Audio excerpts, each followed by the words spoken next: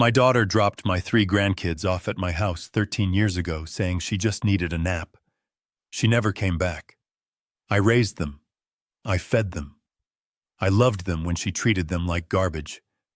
But this morning she did not come back with a thank you card. She came back with a SWAT team, a lawyer in a $3,000 suit, and an accusation that I had kidnapped her children. They thought they had me cornered.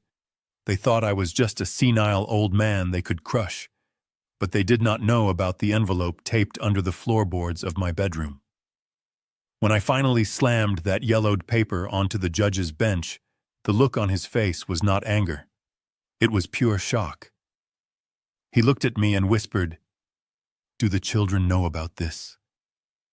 I looked him dead in the eye and said, "Not yet, but they are about to. Before I tell you what was inside that envelope, please hit the like button and subscribe to the channel. Let me know in the comments where you are watching from. It helps this old man know his story is being heard." It was 6 in the morning on a Sunday, and the only thing I was guilty of was using too much butter in the skillet. My name is Harrison Bennett. Everyone calls me Harry. I am 70 years old, and my knees crack like dry wood when it rains, but my hands are steady. I spent 40 years as a foreman on oil rigs out in West Texas, and that kind of work teaches you 2 things: patience and how to cook a breakfast that sticks to your ribs. The kitchen was quiet, except for the popping of bacon grease and the low hum of the refrigerator. This was my favorite time of day. In the other room, my 3 reasons for living were still asleep. Lucas is 17 now, a linebacker for the varsity team who eats like a horse. Emma is 15, sharp as a tack and already talking about law school. And Noah. Little Noah is 13. He was just a 2-month-old baby wrapped in a dirty towel when his mother left him here. I flipped the eggs over easy, just the way Noah likes them. I was mentally calculating my budget for the week. My pension check is $3,200 a month. After the mortgage, the utilities, and the grocery bill for 3 growing kids, I usually have about $50 left over. I had been saving that $50 in a coffee can for 6 months to buy Lucas a new baseball glove for the playoffs. It is not a glamorous life. We do not have vacations in Europe or fancy cars. But this house is warm and it is full of love. Or at least it was until the front door exploded. I did not even hear a knock. 1 second I was reaching for the salt shaker, and the next second there was a deafening boom that shook the framed photos off the hallway walls. Wood splinters flew across the living room like shrapnel. Before I could even turn off the stove, the kitchen was swarming with men in tactical gear. They were screaming commands that echoed off the linoleum. Police. Get on the ground. Hands where I can see them. I am an old man, but I am not slow. My first instinct was to run to the hallway to protect the bedrooms, to protect the kids. I took 1 step, and a heavy boot kicked my legs out from under me. I hit the floor hard. My face smashed into the cold tiles right next to a drop of bacon grease. Pain shot through my bad shoulder, but I ignored it. "Do not hurt them," I yelled, my voice raspy from the floor. "There are children in the house. Please do not hurt the children." A knee pressed into my back, pinning me down. I felt the cold steel of handcuffs ratcheting tight around my wrists. My heart was hammering against my ribs like a trapped bird. I could hear them waking up now. I heard Emma scream. I heard Noah crying. "Get off him." That was Lucas, my brave boy. I twisted my neck trying to see. Lucas had run out of his room in his boxers and t-shirt, ready to fight an army to save his grandpa. "Stay back, Lucas," I shouted. "Do not move, son. Just stay back." 2 officers grabbed Lucas and shoved him against the wall. "He is just a boy," I pleaded. "He is 17. Please." That is when the sea of uniforms parted. The officers stepped aside, creating a path like they were making way for royalty. And in walked the devil herself. It had been 13 years, but I would know her walk anywhere. Rachel, my daughter. But this was not the Rachel I remembered. The last time I saw her, she weighed 90 pounds soaking wet. Her skin was gray from meth and cheap liquor, and she had a bruise on her cheek from whatever dealer she was sleeping with that week. She had dumped 3 crying babies in my living room, said she was going to buy milk, and vanished. The woman standing in my kitchen now looked like she had just stepped out of a magazine. She was wearing a cream-colored coat that probably cost more than my truck. Her hair was blonde and perfectly styled. She had big dark sunglasses on, but she took them off slowly to reveal eyes that were perfectly made up with waterproof mascara. She looked healthy. She looked rich. And she looked at me with a disgust that chilled my blood. "There he is," she screamed, pointing a manicured finger at me. "There is the monster. Officer, that is the man who stole my babies." I lay there with my cheek pressed against the floor, unable to believe what I was hearing. Stole them. I did not steal them. I saved them. I scraped them off the bottom of the barrel where she left them. Rachel rushed past me, stepping over my legs like I was a piece of trash. She ran toward the hallway where the kids were huddled together, terrified. "Oh, my poor darlings," she wailed. Her voice was loud, theatrical. It sounded like a bad soap opera. "Mommy is here. Mommy finally found you. She has been looking for you for so long." I watched Noah shrink back.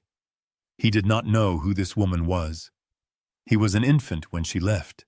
To him, she was a stranger smelling of expensive perfume and chaos. But Rachel did not care.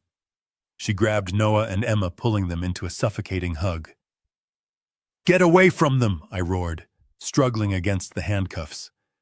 The officer on my back pressed harder, forcing the air out of my lungs.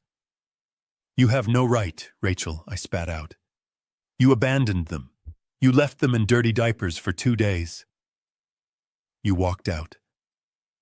She turned to look at me, and for a split second the mask dropped. She gave me a smile that was pure ice, a smile that said, "I won." Then she turned back to the police officer standing next to her, with tears instantly flowing down her cheeks. "You see, officer," she sobbed, "he is delusional, he is violent, he has kept them prisoners here for 13 years. He told me if I ever came back, he would kill them. I have lived in fear every single day." Lies. It was all lies. But the police did not know that. They saw a well-dressed, distraught mother and a rough-looking old man on the floor of a messy kitchen. "Harrison Bennett," the officer said, pulling me up by my arms. "You are under arrest for 3 counts of kidnapping, custodial interference, and child endangerment. You have the right to remain silent." They dragged me out the front door. My neighbors were all outside on their lawns, in their bathrobes, watching. Mrs. Higgins, who I have shared garden vegetables with for 10 years, covered her mouth in horror. I wanted to shout to them. I wanted to tell them I was innocent, but the shame choked me. As they shoved me into the back of the patrol car, I looked back at the house. The front door was hanging off its hinges, and there on the porch was the final knife in my heart. Rachel had her arms around the kids. Lucas looked like he wanted to vomit. Emma was crying silently. Noah looked lost, and standing in front of them was a man with a camera, a photographer. Rachel was posing. She tilted her head just right to catch the morning light. She made sure her hair looked perfect. She squeezed the kids tighter, not to comfort them, but to make sure they were in the frame. "Hold it right there, Mrs. Bennett," the photographer said. "This is the cover of the year. The reunion of the century." Flashbulbs went off, blinding me through the police car window. My grandkids were being used as props in her sick play. I watched as the police car pulled away, leaving my entire world behind. I had spent 13 years protecting them from the wolves. I worked double shifts. I learned how to braid hair for Emma. I learned the rules of baseball for Lucas. I stayed up all night when Noah had fevers. I gave up my retirement, my savings, and my peace to fix what she broke. And now, in the span of 20 minutes, she had returned from the dead to burn it all down. But as I sat in that cage watching my neighborhood disappear, I stopped crying. A cold anger started to rise up in my chest. It was the same anger that kept me going on the oil rigs when the storms hit. Rachel thought she had won. She thought the expensive coat and the tears would fool everyone. She thought I was just a poor, helpless old man. She forgot one thing. She forgot who raised her. She forgot that I keep everything. And she definitely forgot about the yellow envelope I buried under the floorboards the night she sold her soul. The police officer looked at me in the rearview mirror. "You got anything to say, old-timer?" he asked. I leaned my head back against the seat and closed my eyes. "Not yet," I whispered. "Not yet. But the war has just started, and I am going to burn her kingdom to the ground." The holding cell smelled of bleach, stale sweat, and hopelessness. It was a cold, industrial smell that settled deep in your lungs and stayed there. I sat on a steel bench that was bolted to the floor, my joints aching from the dampness. Around me were men who looked like they belonged in a place like this. Hard eyes, scarred knuckles, tattoos that told stories of bad decisions. And then there was me, Harrison Bennett, 70 years old, wearing orange slides that were 2 sizes too big and wondering if my grandkids had eaten breakfast. A guard rattled the bars with his baton. Bennett. Legal. They marched me down a hallway that echoed with shouts and curses to a small interview room. Sitting at a scratched metal table was a boy who looked like he hadn't started shaving yet. His suit was cheap polyester, and he was sweating through his shirt. "Mr. Bennett," he said, his voice cracking slightly. "I am Arthur. I am your public defender." He didn't look me in the eye. He was shuffling papers nervously, dropping a pen, picking it up. "Look, Arthur," I said, my voice raspy. "I don't need a song and dance. Just tell me when I can go home to my kids." He grimaced. "That is the problem, sir. The judge denied bail initially, but we managed to get it set. $500,000. I let out a short, bitter laugh. "Son, I have a pension check that covers the light bill and the groceries. I have $50 stashed in a coffee can for a baseball glove. You might as well have said $5 million. Arthur pulled a tablet out of his briefcase. "It is not just the bail, Mr. Bennett. It is the narrative. You need to see this." He tapped the screen and slid it across the table. I didn't want to look. I wanted to close my eyes and wake up in my kitchen flipping eggs. But I looked. It was a news conference. The banner at the bottom of the screen read, "Nightmare in Suburbia, Grandfather Kidnaps 3. Rachel was standing at a podium. The microphones were shoved in her face like hungry snakes. Next to her stood a man who looked like he was carved out of expensive marble. Sterling Holt. I knew him. Everyone knew him. He was the kind of lawyer who chased ambulances and ruined lives for a 30% cut. My father is a dangerous fanatic. Rachel was sobbing into the cameras. She looked fragile, broken. It was the best performance of her life. 13 years ago, I came home from work to surprise my babies. He was waiting on the porch. He had a shotgun. I felt my hands curl into fists under the table. A shotgun. The only gun I owned was a rusty BB gun I used to scare raccoons away from the trash cans. He told me if I didn't leave, he would kill me and the children. She continued wiping a tear from her perfect cheek. He forced me to run. He locked my babies in a dungeon. He kept them in the dark. He told them I was dead. For 13 years, I have been living in terror, hiding, praying for this day. A dungeon. My house sits on a concrete slab. There is no basement. The dark place she was talking about was a bedroom with glow-in-the-dark stars on the ceiling that I glued there myself, standing on a wobbly ladder, so Noah wouldn't be afraid of the night. The video cut to Sterling Holt. He stepped forward, his voice booming with righteous indignation. "We will not rest until this monster is put away for good. Harrison Bennett is a predator who stole a mother's love. We are suing for full custody and damages for the emotional torture inflicted on this brave woman." I pushed the tablet away so hard it nearly slid off the table. "Lies," I growled. It is all lies, Arthur. There was no gun. There was no dungeon. Arthur looked skeptical. He was young and he was watching a woman cry on HD video. Mr. Bennett, the court of public opinion is already convicting you. If you have any proof, any witnesses. I closed my eyes, and the memory of that day 13 years ago washed over me.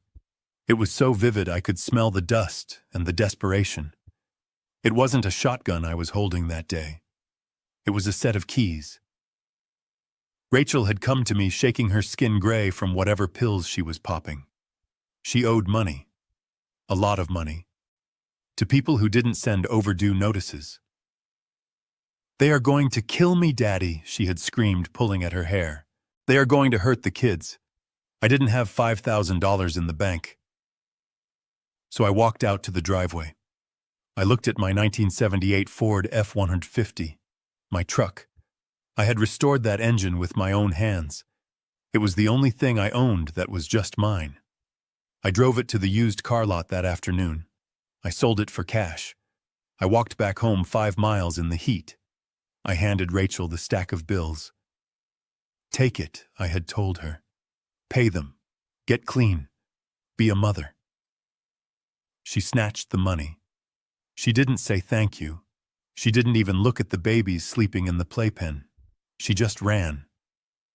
And now here she was, telling the world I chased her off with a weapon.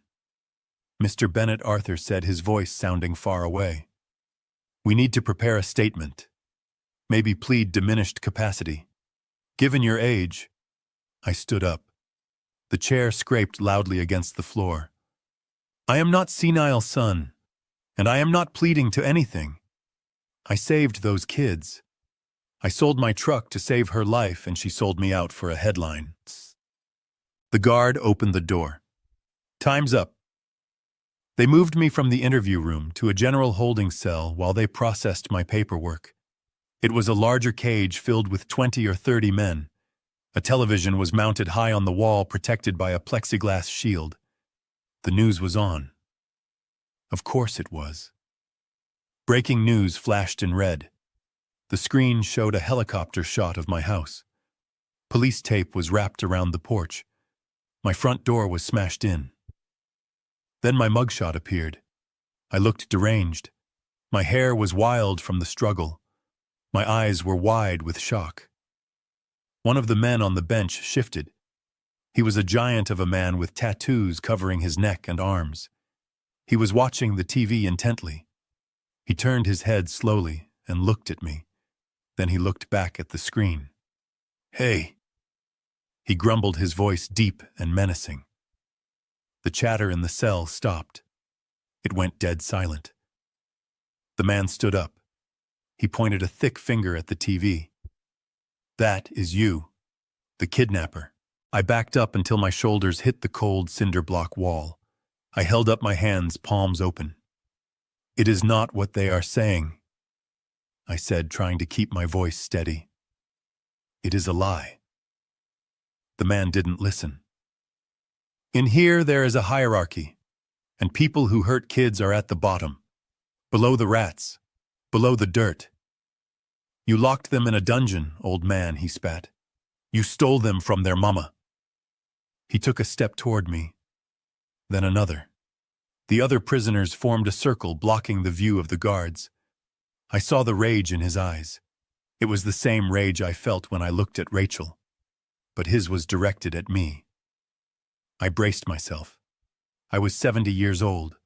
I had bad knees and a bad shoulder. I wasn't going to win this fight. He pulled his arm back. I saw the fist coming like a freight train. For the kids, I thought. I have to survive for the kids.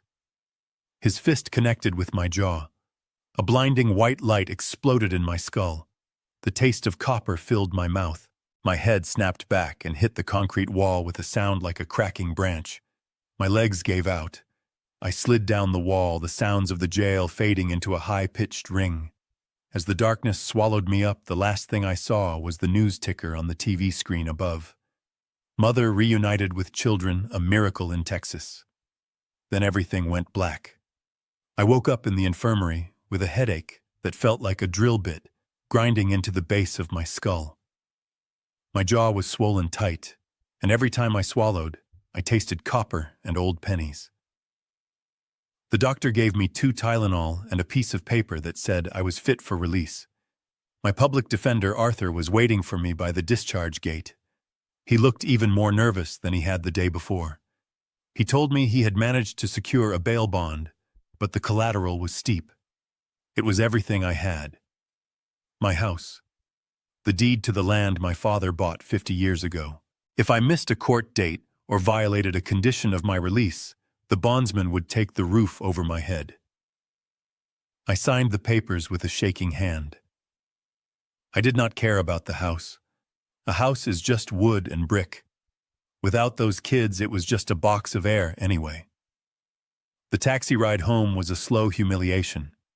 I kept my head down, but I could feel the driver watching me in the rearview mirror. He knew who I was. My face was on every news channel in the state. The kidnapper grandpa. The monster who stole children.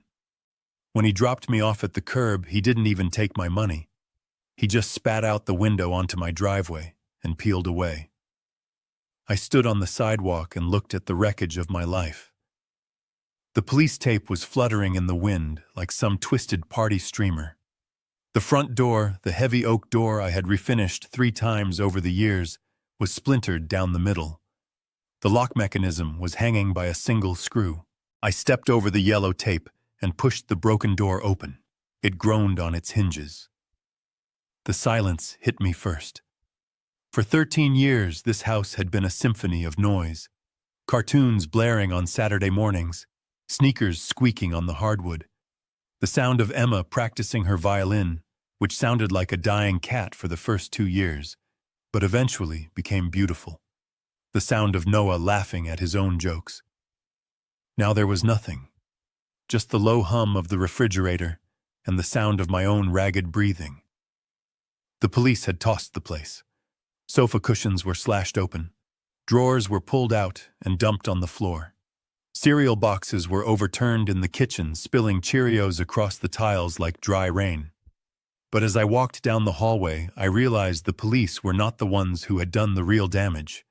The walls of the hallway used to be covered in photos, school portraits, pictures of Lucas catching his first fish, Emma in her ballet recital costume, Noah with chocolate cake smeared all over his face on his first birthday.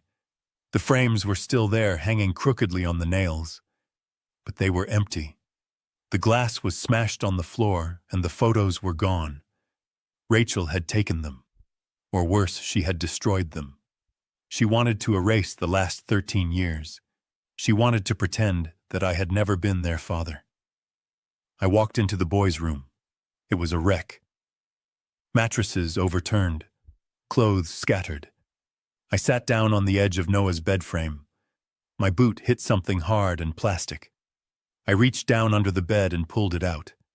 It was a pacifier, old and yellowed with a little cartoon bear on the front. Noah had hidden it there years ago when we told him he was too big for it. I held that small piece of plastic in my calloused hand, and suddenly I wasn't in a silent, broken house anymore. I was back in the driveway 13 years ago on a humid Tuesday night. The air smelled of impending rain and cheap vodka. Rachel was standing by the open door of a rusted Camaro.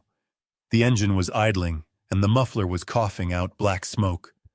A man I didn't know was in the driver's seat, tapping on the steering wheel impatiently. He had tattoos on his neck, and eyes that looked like dead shark eyes.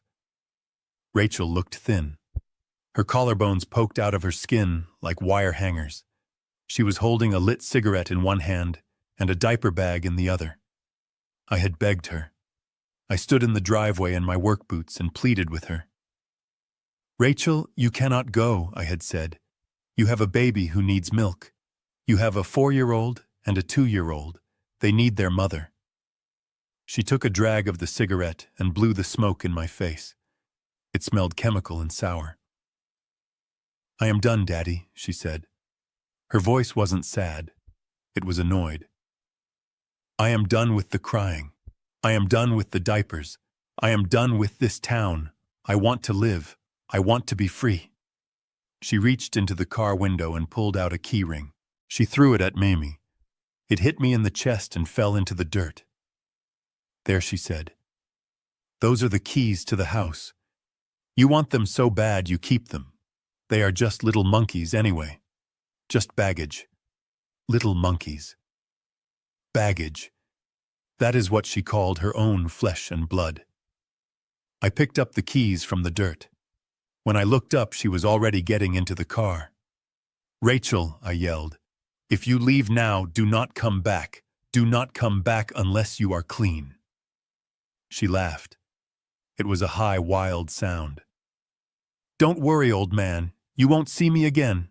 I am going to Vegas. The Camaro screeched out of the driveway, leaving tire marks on the pavement. I stood there watching her tail lights disappear around the corner. Then I heard a cry from inside the house. It was Noah. He was hungry. I went inside, I picked him up, and I made a promise to a baby who couldn't even focus his eyes yet. I promised him he would never be baggage. I promised him he would be the center of the world. The memory faded, and I was back in the silent room holding the old pacifier. The irony was bitter enough to choke on. She claimed I chased her off with a shotgun. The truth was she threw them away like old trash because they interfered with her freedom. And now that they came with a trust fund, she suddenly remembered she was a mother. A heavy knock on the door frame pulled me out of my thoughts.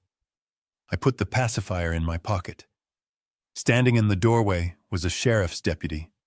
I knew him. It was Miller. We fished in the same creek sometimes. He couldn't look me in the eye. He held out a stack of papers. I am sorry, Harry, he mumbled. I really am. But I have to serve you. I took the papers. It was a temporary restraining order. I was ordered to stay 500 yards away from Lucas, Emma, and Noah Bennett. I was ordered to have no contact, direct or indirect. I was ordered to surrender any firearms. She has them at the Ritz-Carlton downtown, Miller said quietly. She has private security. Don't go near there, Harry. If you violate this, they will revoke your bail and you will rot in a cell until trial. I nodded. I understood. The law was a hammer, and right now Rachel was holding the handle. Miller left, leaving me alone in the tomb of my house. I walked to the kitchen. I needed to eat something. My stomach was cramping from hunger, but the thought of food made me nauseous. I opened the fridge. There was the carton of eggs from yesterday morning, still sitting on the counter where I left them. The milk had gone warm. I poured the milk down the sink. I started cleaning. It was the only thing I could think to do. I swept up the Cheerios. I threw away the broken glass from the picture frames. I scrubbed the boot prints off the floor. I tried to put my world back in order, but the silence was heavy. It pressed against my ears. It was 9 o'clock at night when it happened. I was sitting at the kitchen table staring at the wall, wondering if Emma had her inhaler. She gets asthma when she panics. Rachel wouldn't know that.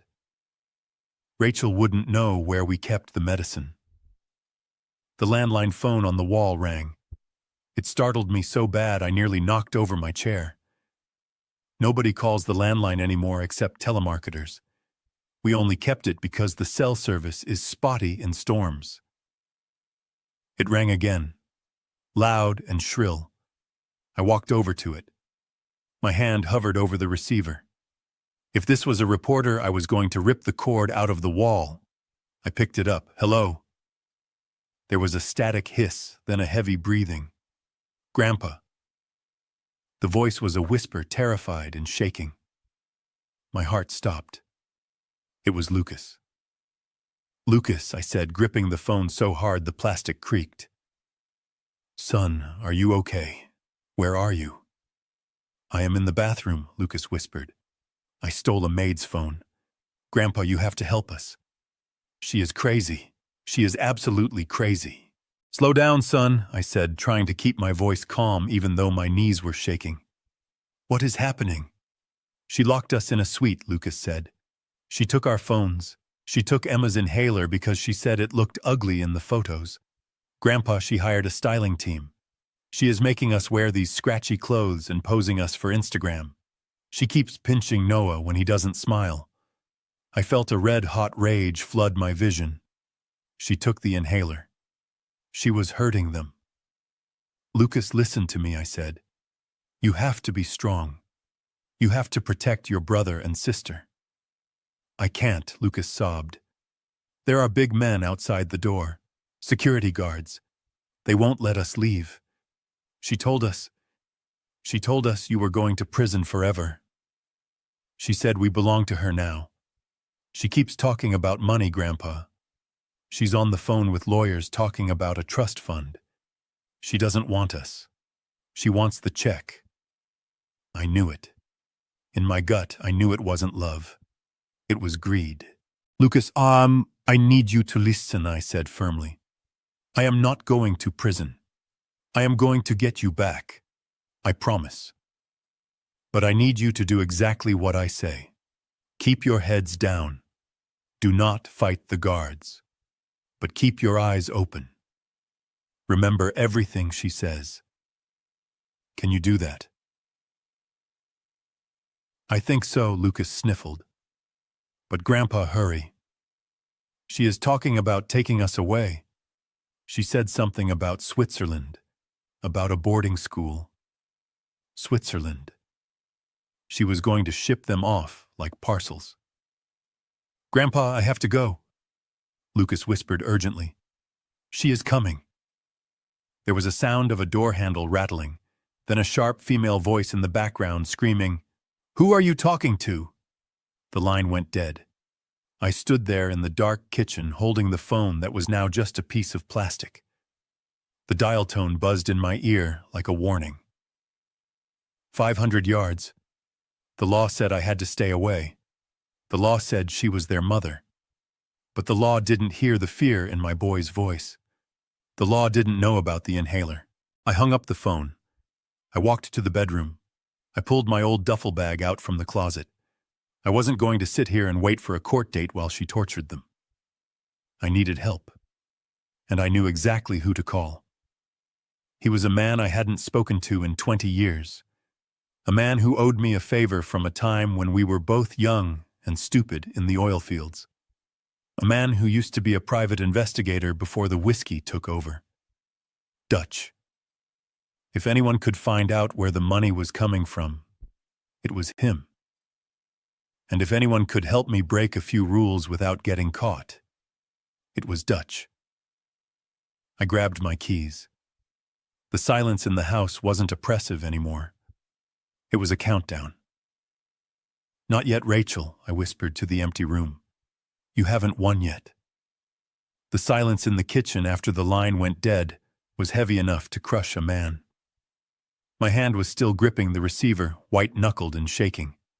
Lucas had managed to whisper the rest of the horror story before the connection cut. It was worse than I thought. Rachel had turned that hotel suite into a prison and a stage. She had forced Emma into a dress that was too tight and too short, pushing her in front of a ring light to film a video for her new followers. She made them smile. She made them say they missed their mommy. And when the camera stopped rolling, she locked them in the bedroom and went to the hotel bar. But the part that made my blood turn to ice was Noah. My 13-year-old boy has an allergy to peanuts so severe that even the dust from a shell can close his throat in 2 minutes flat. We keep EpiPens in the kitchen in his backpack and in the glove box of the truck. Rachel did not know that. How could she? She left before he was eating solid food. Lucas told me she had ordered room service. She threw a plate of peanut butter cookies on the bed and told Noah to eat them for the camera because it would look cute. When Noah refused, terrified, she grabbed his face. She tried to force it into his mouth. Lucas had to physically shove his own mother away to save his brother's life. She screamed at them. She called them ungrateful brats. She confiscated the EpiPen Lucas had in his pocket, saying he was being dramatic. My grandson was sitting in a hotel room with a woman who almost killed him out of ignorance and vanity, and he had no medicine. I could not sit there. I grabbed my keys and drove to the precinct. I drove fast. The speedometer climbed past the limit, but I did not care. I spent 40 years on oil rigs in the Permian Basin. I started as a roughneck and ended as a foreman. In that world, when a pipe bursts or a pressure valve fails, you do not file a complaint. You fix it. You use your hands, your back, and your will to stop the disaster before it kills your crew. You solve problems with action. But as I walked into the police station under the buzzing fluorescent lights, I realized my world of action meant nothing here. I marched up to the front desk. The sergeant on duty was a man named Kowalski. I had fixed his lawnmower once for free. He looked up from his computer, saw my face, and his expression hardened like concrete. "I need to file a report," I said, trying to keep my voice steady. "My grandchildren are in immediate danger." Kowalski leaned back in his chair, crossing his arms. "Is that right, Mr. Bennett? Danger from who?" "Their mother." "Yes, their mother," I snapped. "She tried to feed a child with a deadly nut allergy peanut butter cookies. She took away his medical device. That is endangerment. You need to send a welfare check to the Ritz-Carlton right now." Kowalski let out a short, dry laugh. It was a cruel sound. "Let me get this straight. The man who is currently out on bail for kidnapping 3 children wants to report the victim for giving her son a cookie. Do you know how crazy that sounds?" "It is not crazy," I slammed my hand on the counter. "It is the truth. She does not know them. She is hurting them." Kowalski stood up. He was a big man, but I had faced down men twice his size when a rig was blowing out. I did not flinch. "Look, old man," Kowalski said, his voice dropping to a menace. "You are lucky you are not in a cell right now. You are the suspect. She is the mother. She has custody. If she wants to feed her kid a cookie, she can feed him a cookie. You do not get to dictate how she parents the children you stole." Stole. That word again. Like I was a thief in the night, instead of the only person who cared if they lived or died. "She almost killed him," I whispered, my voice breaking. "Go home," Bennett, Kowalski said, pointing to the door. "Before I revoke your bail for harassment. Get out of here." I walked out of the station feeling smaller than I ever had in my life. On the rig, I commanded respect. When I gave an order, men moved because they knew I kept them safe. Here I was, just a crazy old criminal. The law was a wall, and I was smashing my head against it. I walked to my truck, parked in the dark corner of the lot. The night air was thick and humid. I felt powerless. It was a feeling I hated more than pain. I reached for the door handle, but a voice stopped me. "Mr. Bennett." I turned around. A silver Mercedes was parked 2 spots over, idling quietly. Leaning against the hood was Sterling Holt. In person, he looked even more like a shark than he did on TV. His suit was tailored to perfection, dark blue and sharp. His shoes shone under the streetlights. He was smoking a thin cigarette, holding it like a dart. I stiffened. My hands balled into fists at my sides. "What do you want?" Holt took a long drag and exhaled the smoke toward the sky. He pushed off the car and walked toward me. He didn't look scared. He looked bored. "I am here to offer you a parachute, Harry. Can I call you Harry?" "You can call me Mr. Bennett," I said. "And I don't want anything you have to offer." Holt chuckled. He reached into his jacket pocket. I tensed, ready to swing if he pulled a weapon. But he pulled out a white envelope. He held it out to me. Inside this envelope is a cashier's check for $50,000. I looked at the envelope, then at his face. $50,000. That was more money than I had saved in 10 years. It could pay off the mortgage. It could fix the truck. "What is this for?" I asked. "It is a severance package," Holt said smoothly. "Rachel is feeling generous. She knows you took care of them for a long time. She wants to thank you. All you have to do is sign a document." I stared at him. "What document?" "Just a standard voluntary relinquishment of parental rights. Holt said, waving his hand dismissively. You admit that you were overwhelmed, that you are getting too old to care for 3 teenagers. You agree to drop any contest for custody. You take the money, you move to a nice retirement community in Florida, and you never contact Rachel or the children again. The rage started in my stomach and burned its way up my throat. It was hot and blinding. You want me to sell them, I said, my voice low. Holt shrugged. I want you to be realistic, Harry. Look at you. You are 70. You are broke. You are facing felony kidnapping charges. I will destroy you in court. I will paint you as a senile, abusive hoarder who stole those kids. You will die in prison. Or you can take the 50 grand and go fishing. It is a win-win. I looked at the envelope. $50,000. It was the price of my honor. It was the price of Noah's life. I reached out and took the envelope. Holt smiled a greasy, triumphant smile. Smart man, he said. I knew you were reasonable. I held the envelope up to my face. I could smell the expensive paper. Then very slowly I tore it in half. Holt's smile vanished. I tore it again, and again, until it was nothing but confetti. I threw the pieces at his shiny shoes. You tell my daughter, I said, stepping into his personal space, that I am not for sale.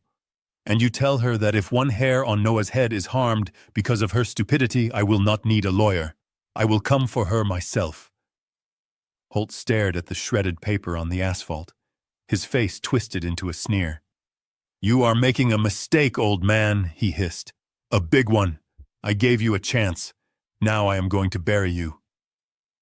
He got back into his Mercedes and peeled out of the lot, leaving me standing in the exhaust fumes. I watched his taillights fade. My hands were shaking, not from fear, but from adrenaline. They thought they could buy me. They thought I was just some poor old fool who would trade his family for a paycheck. They had no idea who they were dealing with. I got into my truck and slammed the door. I didn't have money. I didn't have the law on my side. But I had something they didn't. I had the truth. And I had a friend named Dutch who could find a needle in a haystack if the needle was made of gold. I started the engine. The old Ford rumbled to life. I wasn't going home to sleep. I was going to find out why Rachel suddenly had the money to hire a lawyer like Sterling Holt, and why she needed my grandkids so desperately that she would try to bribe me into silence. The war wasn't over. It had just begun. I drove through the night with the image of that shredded check burning in my mind. $50,000. That was what Sterling Holt thought my grandchildren were worth. That was the price tag Rachel had put on 13 years of my life. It made me sick. But more than that, it made me suspicious. Rachel had left town with a guy named Travis, who stole copper wire from construction sites to buy meth. She didn't have 2 nickels to rub together. Now she was back with a high-priced lawyer, a wardrobe full of designer clothes, and a private security team. Where did the money come from? It wasn't from Travis. Guys like that don't leave inheritances. They leave debts and criminal records. I pulled my truck up to a rusted Airstream trailer parked in the back lot of a storage facility on the edge of town. A single yellow bulb buzzed over the door, attracting moths the size of my hand. This was the office and home of Dutch. We served together in the Gulf. He was the best reconnaissance man I ever saw until the bottle got its hooks in him. Now he worked as a private investigator for people who couldn't go to the police. He found lost dogs cheating husbands and the occasional skipped bail bond. I banged on the aluminum door. It rattled like a tin can. Dutch, open up. It's Harry. There was a crash from inside, then a string of curses. The door swung open. Dutch stood there wearing nothing but boxer shorts and a stained tank top. He held a revolver loosely in one hand and a bottle of bourbon in the other. His beard was gray and wild, and his eyes were bloodshot maps of bad decisions. Harry, he grunted, squinting into the dark. You look like you got hit by a truck. I feel like it, Dutch. Can I come in? He stepped aside and I walked into the smell of old paper gun oil and rot-gut whiskey. The trailer was a mess of files, computer parts, and empty bottles, but on one side there was a desk with 3 monitors humming with blue light. That was Dutch's altar. I sat on a plastic crate and told him everything. The raid, the arrest, the cookies, the bribe from Holt. Dutch listened without blinking, taking pulls from his bottle. When I finished, he set the gun down on the desk with a heavy clunk. "So she is back," he said, his voice gravelly, "and she is flush with cash. She is loaded, Dutch. Sterling Holt doesn't get out of bed for less than 10 grand a retainer. She has bodyguards. She has a suite at the Ritz. Where is it coming from?" Dutch cracked his knuckles. "Let us find out." He sat at the computer, and his fingers flew across the keyboard. For a drunk, he typed faster than anyone I knew. "First things first," Dutch muttered. "Let us track the boyfriend, Travis Miller." I watched the screen as lines of code and databases flashed by. It took Dutch 5 minutes. "Well, here is your first dead end," Dutch said, pointing at the screen. "Travis Miller is dead. Died 2 months ago in a motel in Oklahoma. Fentanyl overdose. He had $40 in his pocket and a warrant for his arrest. So it wasn't him," I said. "He didn't win the lottery." "No," Dutch said, rubbing his beard. "But look at this." Rachel was listed as the next of kin on the coroner's report. She identified the body, but she didn't claim his ashes. She let the state bury him. "That sounds like her," I said bitterly. Dutch leaned back. "Okay, so the money didn't come from the boyfriend. Did she get a job? Did she rob a bank?" He pulled up her financial records, or at least the ones he could access through his back doors. "Nothing," he said. "No employment history for 10 years. No credit cards in her name until 3 weeks ago." Then suddenly, boom. Platinum cards. Bank accounts opened in the Cayman Islands. A shell company called RB Holdings. "Where did the seed money come from?" I asked, leaning in. Dutch squinted. "Wire transfer. A big one. It came from a law firm in Dallas. McIntyre and Sloan. Who are they?" Dutch typed the name. "They are estate lawyers, Harry. Big time. They handle wills and trusts for the oil money crowd." My heart started to beat faster. Rachel didn't know anyone with oil money. She hung out with junkies and losers. Unless I whispered. Unless it is about the father. Dutch spun his chair around. "The kid's father. You told me he was some homeless guy she met at a concert. That is what she told you, right? That is what she said." I nodded. "She said his name was Jack, and he played guitar on the street corner.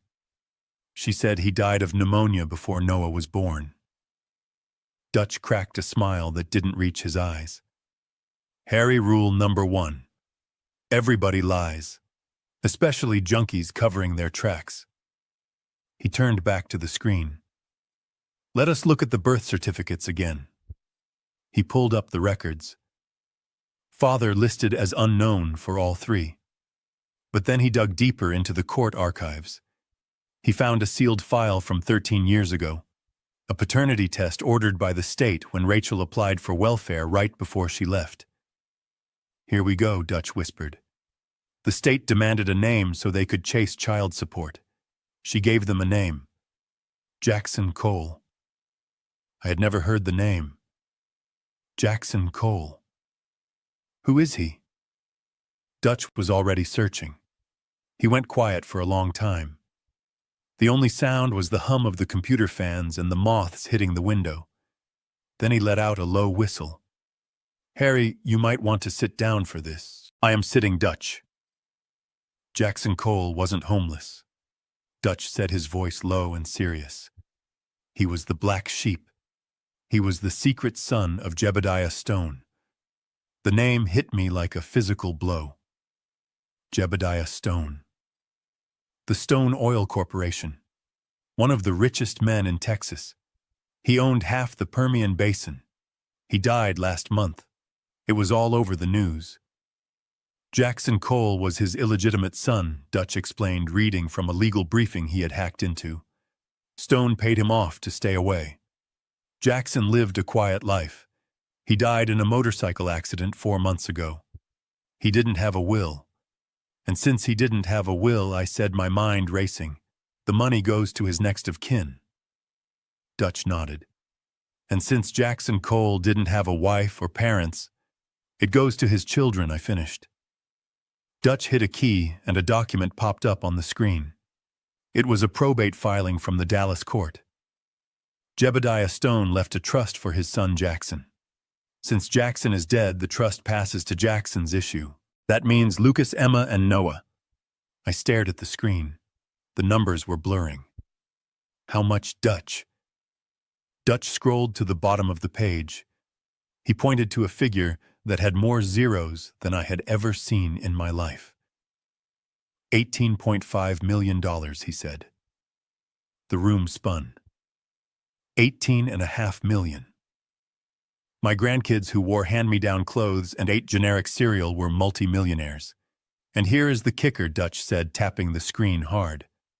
The money is in a trust until they turn 21, but the legal guardian gets a management fee. $500,000 a year, plus a housing allowance and full access to the estate for the benefit of the children. I felt the bile rise in my throat. It wasn't about love. It wasn't about redemption. It wasn't even about the $50,000 bribe Sterling Holt had offered me. That was pocket change. She needs them, I said, my voice trembling with rage. She needs physical custody to unlock the bank. Dutch handed me a printout of the file. She doesn't just need custody, Harry. She needs to be the sole guardian. That is why she charged you with kidnapping.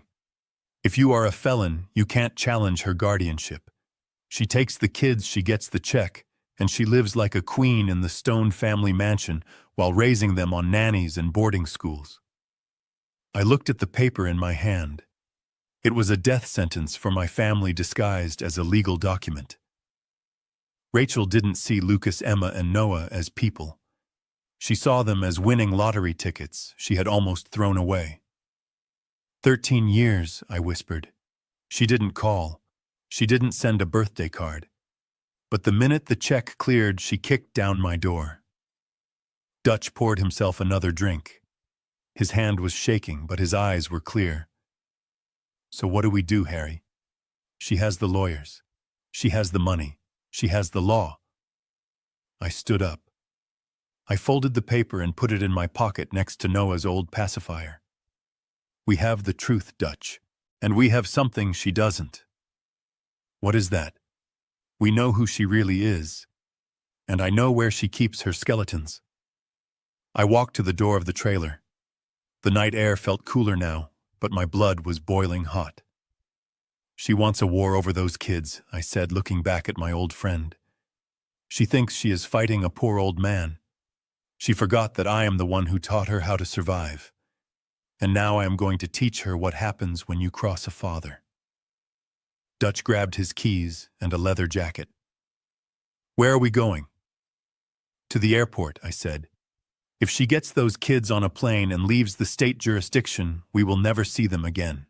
She is going to try to run Dutch, just like she did 13 years ago, but this time I am not going to stand in the driveway and watch her leave. This time I am going to stop her, even if I have to tear the plane apart with my bare hands. I sat on the worn bench seat of Dutch's trailer, staring at the stack of papers until the numbers started to blur into a single terrifying picture. It was not just a will, it was a business plan. And my grandchildren were the inventory. Dutch tapped a paragraph on the 3rd page with a grease-stained fingernail. Read that part, Harry. That is the engine that drives this whole machine. I put on my reading glasses. The legal jargon was dense, but the meaning was clear enough to make my stomach turn. The trust fund established by Jackson Cole was valued at $18.5 million. It was locked down tight. The principal could not be touched until the beneficiaries reached the age of 21. But there was a clause, a stipulation for the legal guardian. The guardian of the beneficiaries shall receive an annual stipend for the management of the domestic estate. That stipend was set at $500,000 a year. $500,000, just for keeping them alive. And there was more. The guardian was granted right of residency in the Cole family estate in Highland Park until the youngest child reached the age of majority. I looked up at Dutch. My hands were shaking. She gets a mansion and a $500,000 salary. I said, my voice quiet with fury. That is why she came back. She did not come back for hugs and kisses. She came back for a paycheck. Dutch nodded, pouring another shot of bourbon into a chipped mug. It gets worse, Harry. Look at the timeline. Jackson Cole died 4 months ago. The probate hearing to appoint the permanent guardian and release the funds is scheduled for next Tuesday. Next Tuesday. That was 6 days away. I did the math in my head. For 13 years, I had de facto custody. In the eyes of the family court, I was the psychological parent. If Rachel had just walked in and asked for them, a judge would have looked at her abandonment and my 13 years of care and likely given me guardianship, or at least shared custody. And that would mean I would control the trust. I would protect the money for the kids. Rachel would get nothing. But a kidnapper does not get custody. A felon does not get to manage an $18 million trust. She had to nuke me, I realized. She had to destroy my character completely. That is why she brought the SWAT team. That is why she made up the story about the shotgun and the dungeon. She needed me to be a monster so she could be the savior. If I am in jail next Tuesday, she walks into that probate hearing unchallenged. She gets the gavel to bang in her favor, and the keys to the vault are hers. They are just tickets to her, I whispered. Lucas, Emma, Noah, they are just winning lottery tickets. I thought about Noah's peanut allergy. I thought about Emma's asthma. Rachel did not care about those things because they did not affect the payout. If anything happened to them, the money would probably just roll over to her anyway. The thought made bile rise in my throat. I need to warn them, I said, standing up. I need to tell Lucas. He needs to know she is lying. I pulled out the burner phone I had bought at the gas station. I dialed the number of the maid's phone Lucas had stolen. I prayed he had kept it hidden. I prayed he was safe in that bathroom. The line rang once. Then it clicked. I held my breath. Lucas. We are sorry, came a robotic female voice. The number you have reached has been disconnected or is no longer in service. My heart sank like a stone. She found it. She must have found the phone. I dialed again, hoping I had misdialed. Same message. Disconnected. She had cut the line. My boy was alone in that hotel room, surrounded by security guards and a mother who saw him as a walking dollar sign, and I couldn't even tell him I was coming. Dutch stood up and walked over to the small television set perched on a stack of milk crates. He turned the volume up. Harry, look at this. I turned. It was the local news channel again. The banner at the bottom screamed breaking news. There was Rachel again. She was standing outside the Ritz-Carlton. She had changed her outfit. Now she was wearing a modest black dress and pearls, looking like a grieving saint. Sterling Holt was hovering over her shoulder like a vulture in a silk suit. The reporter thrust a microphone forward. Mrs. Bennett, what are your plans now that you have been reunited with your children? Rachel looked directly into the camera. Her eyes were shimmering with fake tears. We need to heal, she said, her voice trembling just the right amount. My babies have been through so much trauma. Being held captive by that man for 13 years has left deep scars. We need peace. We need privacy. She paused and took a deep breath. That is why I have decided to take them away from this place, she continued. We are leaving for Europe tonight. There is a specialized trauma center in Switzerland that deals with abduction survivors. I am taking them there to recover. We need to be as far away from Harrison Bennett as possible. The reporter nodded sympathetically. That sounds like a wonderful idea, Mrs. Bennett. When do you leave? Our flight leaves in 2 hours, Rachel said. We are heading to the private airfield now. We just want to move on. I stared at the screen. The room seemed to tilt on its axis. Europe. Switzerland. It wasn't a therapy trip. It was an extraction. If she got them on a plane to Switzerland, they would be out of the jurisdiction of the Texas courts. International custody battles take years, decades. Once those wheels left the tarmac, I would never see them again. She would stash them in some boarding school, collect her $500,000 a year, and live the high life in Paris or Rome while my grandkids wondered why I stopped fighting for them. She is running, I said. The realization hit me like a physical blow. She knows the probate hearing is next week, but she is scared. She is scared I might make bail. She is scared the truth about the kidnapping charge might come out before Tuesday. So she is taking the assets and fleeing. Dutch grabbed his leather jacket off the hook. 2 hours, Harry. That private airfield is 40 minutes away with traffic. I looked at my old friend. He was drunk, but he was steady. He knew what this meant. This wasn't a legal battle anymore. This was a rescue mission. If we go there, I said, we are breaking the restraining order. We are breaking bail. If the cops catch me, I could go to prison for 20 years. Dutch checked the load in his revolver and tucked it into his waistband. He tossed me the keys to his beat-up Chevelle. Then we better not get caught, he said. I caught the keys. I thought about Lucas's terrified voice on the phone. I thought about Noah's EpiPen. I thought about Emma's future, being sold for a sports car and a mansion. Let's go, I said. I walked out of the trailer into the humid Texas night. The stars were bright overhead, but I didn't look up. I was looking at the road. I was looking at the clock ticking down in my head. Rachel thought she had won. She thought the money and the lawyers and the lies had built a fortress around her. She thought she could just fly away with my heart in her luggage. She was wrong. She forgot that I built oil rigs in hurricanes. She forgot that I raised 3 kids on minimum wage and determination. I am coming for them, Rachel, I thought, as the engine roared to life. And I am bringing hell with me.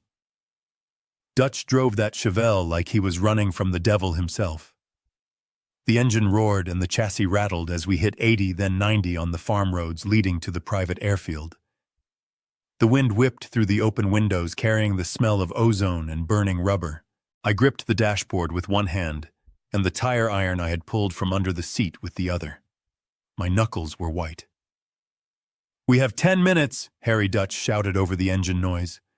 If that pilot has clearance, they will be wheels up before we clear the gate. Drive faster, I said. Just drive faster. We rounded the final bend, and the airfield came into view.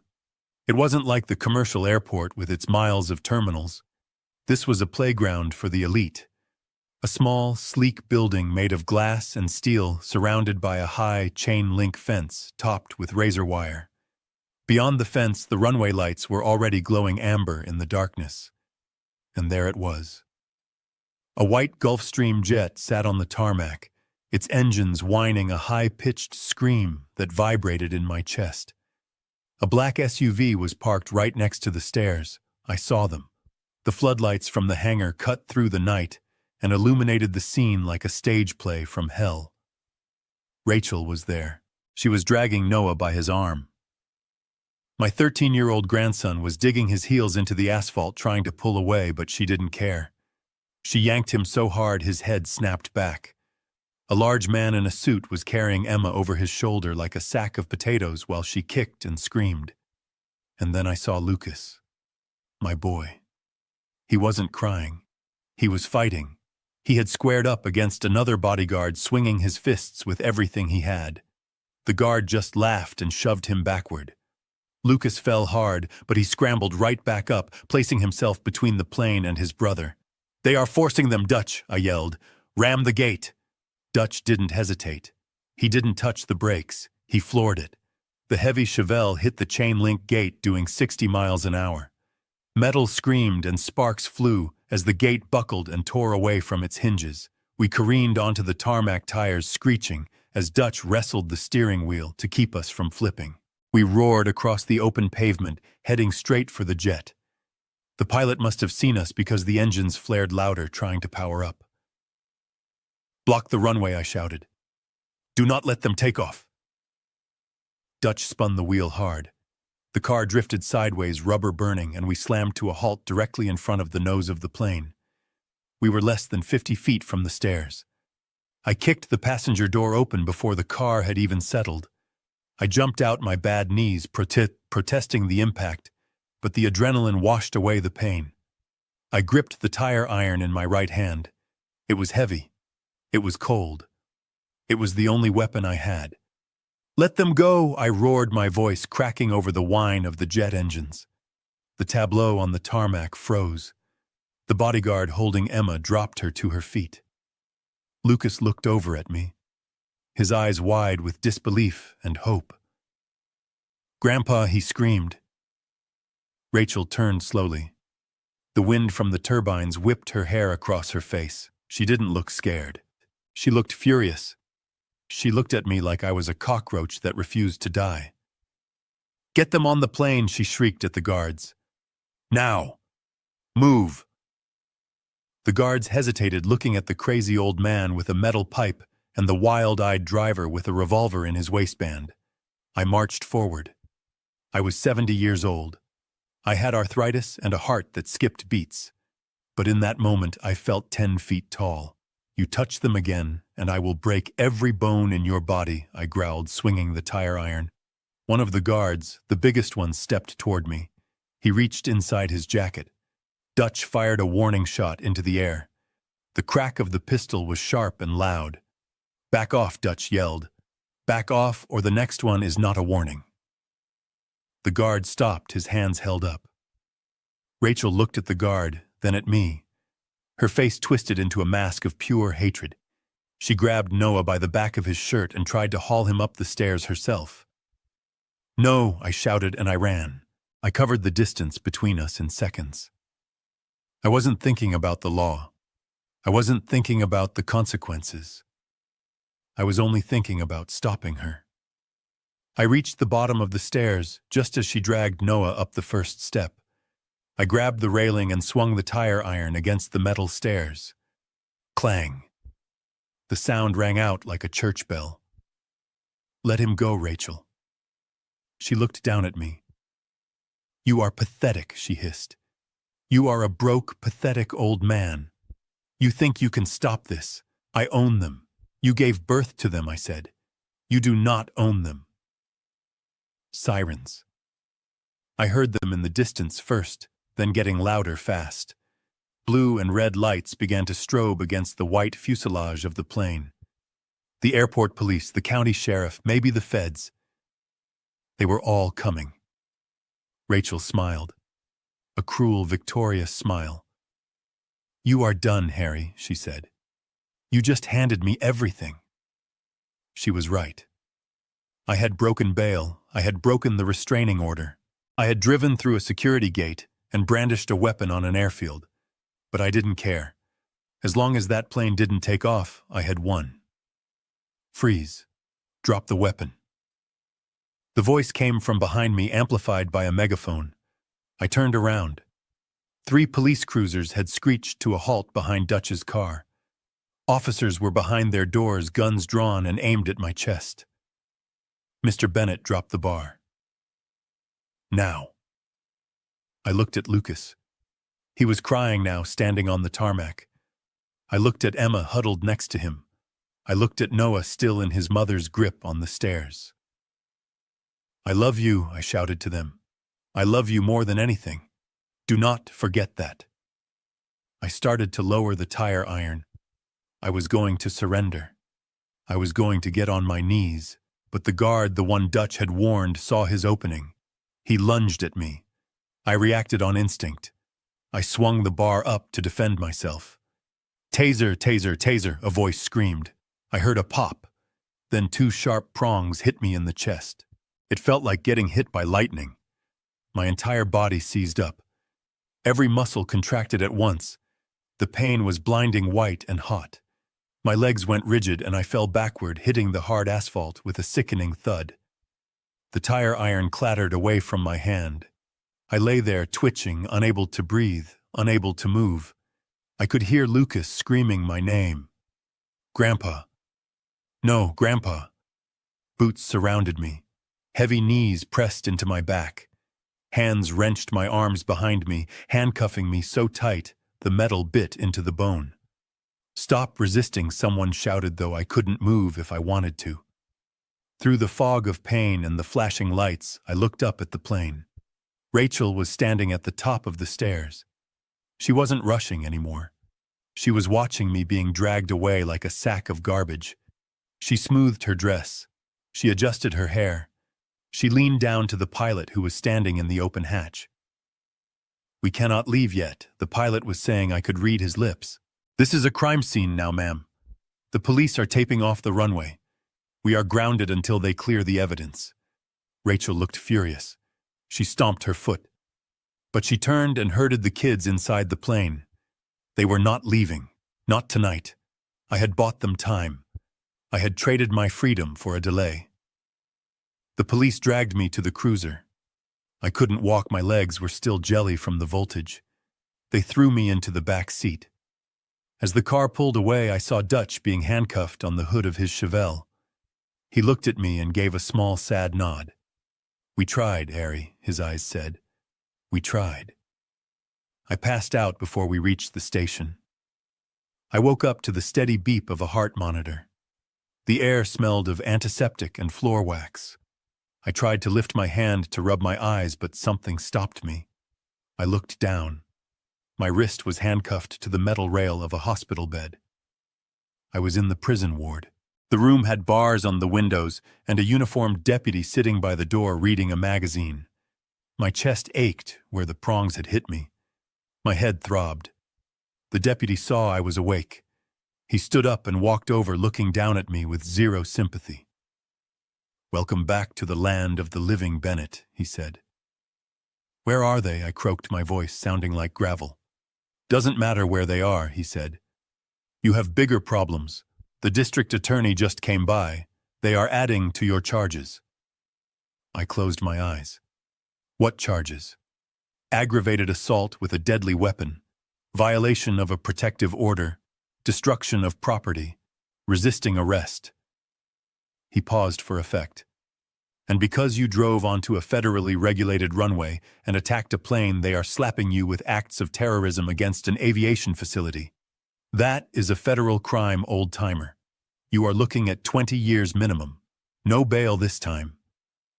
I stared at the ceiling tiles. 20 years. I would die in a cage. Rachel would get the kids. She would get the $18 million. She would win. Tears leaked out of the corners of my eyes and ran into my ears. I had failed. I had played my last card, and it wasn't enough. There was nothing left to do. No money for lawyers. No friends left to call. No truck to drive. I was done. Or so I thought.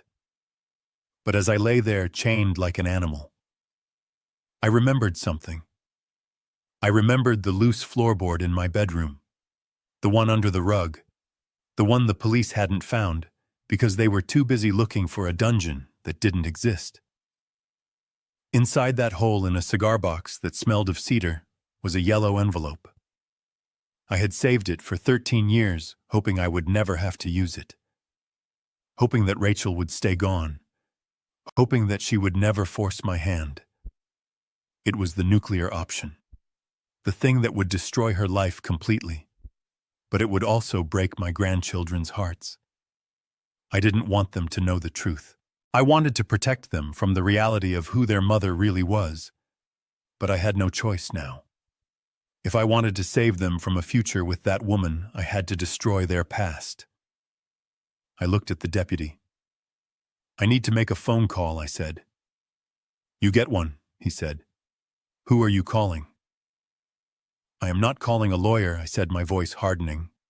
I am calling the only man left who can end this. I needed Dutch. I needed him to get out on bail and go to my house one last time. Because that envelope wasn't just a piece of paper. It was a receipt. And it was time to show the world what Rachel Bennett had really sold 13 years ago. The hours in the prison ward dragged on like a slow death. The air conditioning hummed a monotonous tune that grated on my nerves. I lay there handcuffed to the bed, staring at the rhythmic spike of my heart rate on the monitor. Beep, beep, beep. It was the only proof I was still alive. But Sterling Holt didn't want me alive. I knew men like him. Men who wear $3,000 suits and smile for the cameras are often more dangerous than the thugs I worked with on the oil rigs. Thugs will punch you in the face. Men like Holt will pay someone else to slip poison into your IV drip while you sleep. It was around 2:00 a.m. when the air in the room changed. The young deputy guarding my door had been replaced. The new guard was older with a thick neck and eyes that didn't blink enough. He didn't look at me. He looked at his watch. Then without a word he stood up and walked out of the room, leaving the door slightly ajar. My instincts sharpened by 40 years of surviving dangerous machinery and dangerous men screamed at me. "Wake up, Harry." A shadow detached itself from the hallway darkness and slipped into my room. It wasn't a doctor. It was a man in scrubs, but they were too tight across his shoulders. He wore a surgical mask and blue latex gloves. He moved with a silent, predatory grace that didn't belong in a hospital. He approached my IV bag. He pulled a syringe from his pocket. The liquid inside was clear. "Who sent you?" I rasped, my voice sounding like gravel in a blender. The man froze. He looked down at me. His eyes were cold, dead things. "Just go to sleep, old man. It's better this way. Heart failure. Very common at your age." He reached for the injection port. I didn't think. I reacted. I couldn't move my left arm chained to the rail, but my right leg was free under the sheet. I waited until he leaned in close. Then I kicked. I put every ounce of old man rage and adrenaline into that kick. My heel connected squarely with his knee. There was a sickening crunch. The man howled a muffled sound of agony and collapsed sideways, dropping the syringe. It shattered on the floor. "Help!" I roared, rattling the chains. "Assassin, help!" The man scrambled up, limping badly, realizing he had lost the element of surprise.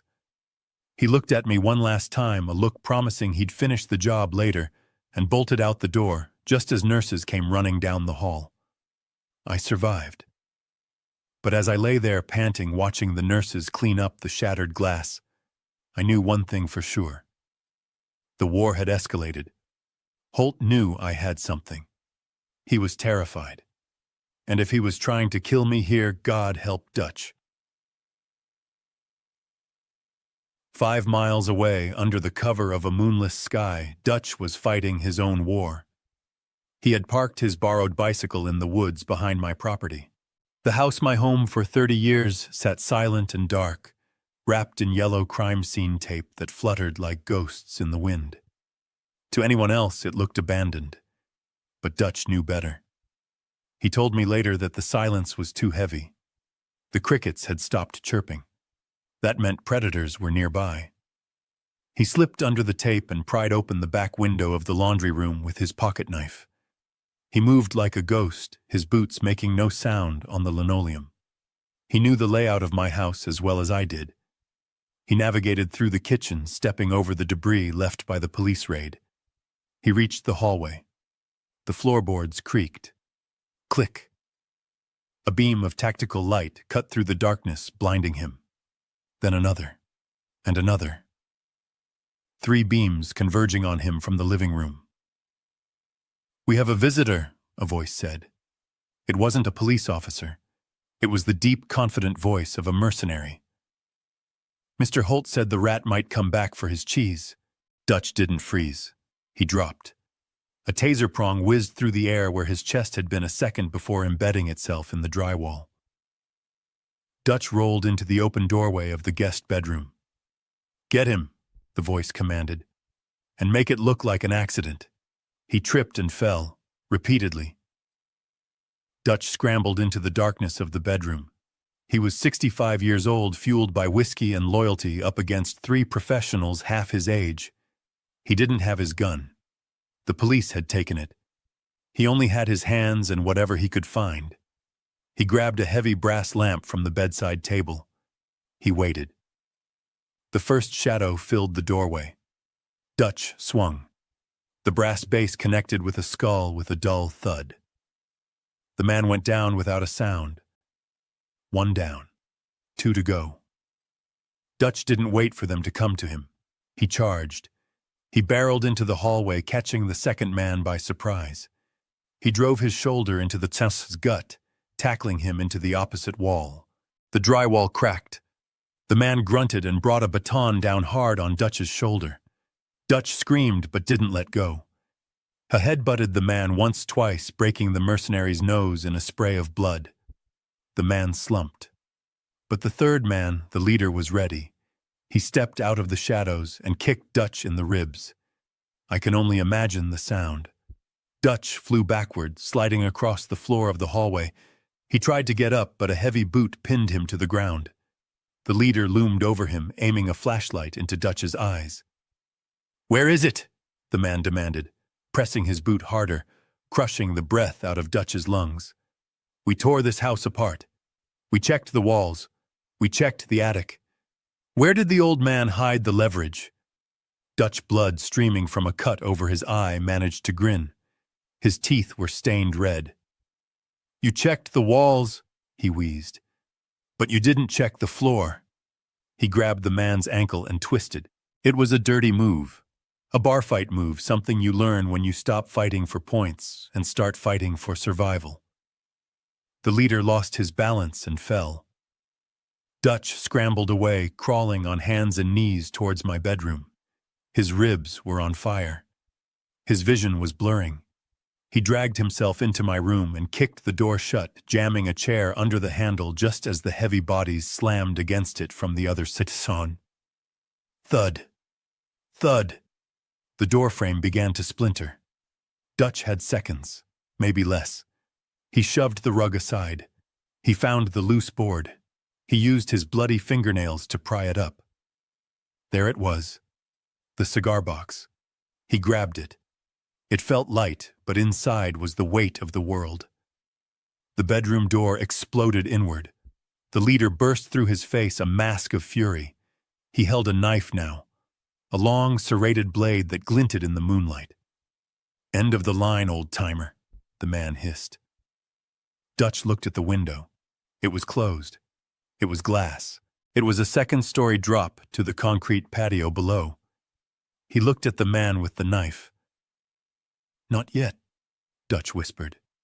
He hugged the cigar box to his chest, curled into a ball, and threw himself through the window. The glass shattered around him like a diamond explosion. He fell through the night air, shards slicing his skin, the wind rushing past his ears. He hit the bushes below. They broke his fall, but they also tore his flesh. He rolled onto the concrete, gasping, pain exploding in his leg. He looked down. A piece of glass was embedded deep in his calf, but he still had the box. He heard shouting from above. The beam of a flashlight swept the yard, searching for him. "He jumped!" someone yelled. "Get down there! Finish him!" Dutch forced himself up. He couldn't walk. He had to limp, dragging his injured leg, leaving a trail of blood on my patio stones. He scrambled over the back fence, tearing his shirt on the wood, and fell into the neighbor's yard, just as the mercenaries burst out the back door. He lay in the tall grass, holding his breath, clutching that cigar box like it was the Holy Grail. He heard them running past, their boots pounding on the pavement, searching the alley. They missed him. By inches. Dutch lay there for an hour, bleeding broken, listening to the sirens in the distance. He opened the box just a crack to make sure the envelope was still there. It was. He closed it. He didn't go to a hospital. He didn't go home. He knew they would be watching.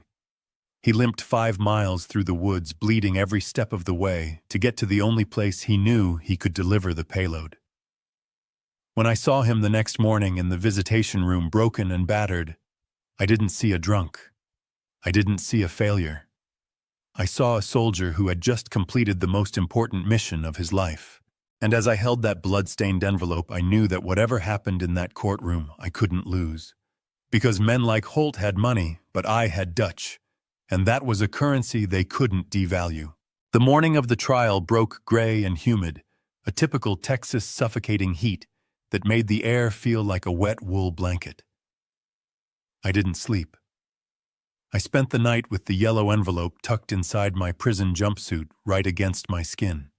It scratched me every time I moved, but that scratch was the only thing keeping me sane. It was the anchor. They transported me to the courthouse in a van with no windows. The shackles around my ankles chimed like death bells with every pothole we hit. When the back doors opened, the noise hit me first. It wasn't the sound of justice. It was the sound of a circus. Hundreds of people were crowded behind the barricades. Reporters with cameras on their shoulders were shouting my name, trying to get a reaction, a scowl, anything that would look good on the evening news. I saw signs held by strangers, people who didn't know me but hated me anyway. Protect the children, monster, lock him up. Sterling Holt had done his job well. He had turned the court of public opinion into a lynch mob. I kept my head down and shuffled into the building, my eyes fixed on the concrete. I wasn't going to give them the satisfaction of seeing my fear. The courtroom was freezing. It was a massive room, paneled in dark, intimidating mahogany designed to make you feel small. The gallery was packed shoulder to shoulder. I saw neighbors I had known for 20 years, sitting there, avoiding my gaze. I saw the parents of Lucas's teammates. And then I saw her. Rachel was sitting at the plaintiff's table. But the woman in the cream-colored coat and designer sunglasses was gone. In her place was a grieving mother. She was wearing a simple gray cardigan that looked 2 sizes too big, making her look frail. She wore no makeup, exposing the natural dark circles under her eyes. Her hair was pulled back in a messy bun. She was clutching a tissue in her hand, dabbing at dry eyes. It was a masterclass in manipulation. She looked like a saint who had been dragged through hell. Sterling Holt sat next to her, radiating confidence. He leaned over and whispered something in her ear, and she nodded bravely, looking down at her hands. My public defender, Arthur, was sweating again. He was arranging his papers into neat little stacks, trying to create order out of chaos. "Mr. Bennett," he whispered, his voice trembling, "the district attorney is going for the maximum, 20 years. But I think if you show remorse, if you plead guilty to the lesser charge of custodial interference, we might get it down to 10. You are 70. With good behavior." I looked at him. 10 years. I would die in prison in 5. "No deal." "Arthur," I said, my voice flat. "We are not pleading. All rise." Judge Patterson swept into the room. He was a man who looked like he was carved out of granite, with a face that had forgotten how to smile. He sat behind the high bench and looked over his spectacles at me. His gaze was heavy with disdain. He had already read the papers. He had already seen the news. In his mind, I was already guilty. The trial began, and it was a bloodbath. Sterling Holt didn't just present a case, he put on a show. He painted a picture of a lonely, bitter old man who stole 3 children to fill the void in his pathetic life. He talked about Rachel's tireless search for her babies. He used words like dungeon and psychological torture. And then he called his star witness. I expected a cop. I expected a social worker. I didn't expect Mr. Gorski. Ted Gorski lived 2 houses down from me. I had helped him rebuild his fence after the hurricane last year. I had shared beers with him on my porch. Gorski walked to the stand and didn't look at me. Not once. "Mr. Gorski," Holt said, pacing in front of the jury box, Tell us what you heard coming from the Bennett house over the years. Gorski swallowed hard. He looked at Rachel, who gave him a small, encouraging nod. I heard screaming. Gorski said, his voice quiet. A lot of screaming. Late at night. I heard the kids begging to be let out. I heard Mr. Bennett. I heard him hitting them. A gasp went through the gallery. I felt like I had been punched in the gut. Gorski was lying. He was lying through his teeth. The only screaming that ever came from my house was when the Cowboys fumbled the ball, or when the kids were wrestling in the living room. Liar, I whispered. Arthur grabbed my arm. Shh, Mr. Bennett. Do not make a scene. Holt smiled. And why didn't you call the police, Mr. Gorski? I was scared, Gorski said. Everyone in the neighborhood was scared of him. He is a violent man. He has a temper. He told me once that if anyone interfered with his family, he would bury them. It was a lie paid for with silver. I didn't know what Holt had given him, maybe money to pay off his gambling debts, maybe a threat, but Gorski had just sold his soul. The jury was eating it up. I could see it in their faces. They looked at me with disgust. They saw a monster. Arthur leaned over to me. This is bad, Harrison. This is really bad. We need to take the plea, right now before the jury comes back. I looked at Arthur. He was a good kid, but he was fighting a forest fire with a water pistol. He believed the system worked. He didn't understand that we weren't in a court of law anymore. We were in a theater. I reached into my jumpsuit. My fingers brushed the rough paper of the envelope. You are fired, Arthur, I said loud enough for the stenographer to hear. Arthur froze. Excuse me. I stood up. The chains on my ankles rattled, echoing in the silent room. I said, You are fired, son. Go home. Judge Patterson slammed his gavel. Mr. Bennett, sit down. You are represented by counsel. No, Your Honor, I said, raising my voice. I am stripping him of his duties. I am representing myself. The courtroom erupted in whispers. Sterling Holt turned around, a smirk playing on his lips. He loved this. An old man self-destructing in real time. It made his job easier. Judge Patterson leaned forward. Mr. Bennett, I strongly advise against that. You are facing serious federal charges. You do not know the rules of evidence. You do not know the procedure. You are digging your own grave. I looked at the judge. I looked at Rachel, who was watching me with wide, terrified eyes. I may not know the procedure, Your Honor, I said, my voice steady and hard. But I know the truth. And I am the only one in this room who does. The judge stared at me for a long moment. He saw the resolve in my eyes. He sighed and rubbed his temples. Very well. It is your right. But I am warning you, Mr. Bennett, I will not tolerate a circus. One outburst, one step out of line, and I will hold you in contempt. I nodded. Understood, Your Honor. Arthur packed up his briefcase, his hands shaking. He looked at me with pity. Good luck, Mr. Bennett, he whispered. Then he walked away, leaving me alone at the defense table. It was just me now. Me and the shark. Mr. Bennett, the judge said. Call your first witness. I stood there. The silence stretched. The jury watched me, waiting for me to fail, waiting for the crazy old man to start ranting. I looked at Rachel. She was clutching a rosary now, moving her lips in silent prayer. It was a nice touch. I do not have a witness, Your Honor, I said. Sterling Holt chuckled. The judge looked annoyed. Then do you have a statement, Mr. Bennett? Or are we wasting the court's time? I reached into my shirt. I felt the sweat on my skin. I pulled out the yellow envelope. It was crumpled. It was stained with dirt and a smear of dried blood where Dutch had bled on it. I saw Rachel's eyes flick to the envelope. She stopped praying. Her body went rigid. She recognized it. Even from across the room, she recognized the color of her own sin. I don't have a witness, I repeated, walking slowly toward the bench. And I don't have a statement. I held the envelope up for the jury to see. I stood in the center of the courtroom, and the silence was so heavy it felt like it could crush the air out of my lungs. I held the envelope in my hand. It was just a thin piece of paper, but it carried the weight of 12 years of secrets and pain. I looked at Rachel sitting at the plaintiff's table.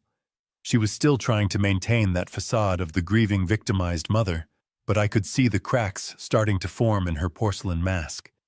She stared at the envelope, and for the first time since this trial began, I saw genuine fear in her eyes.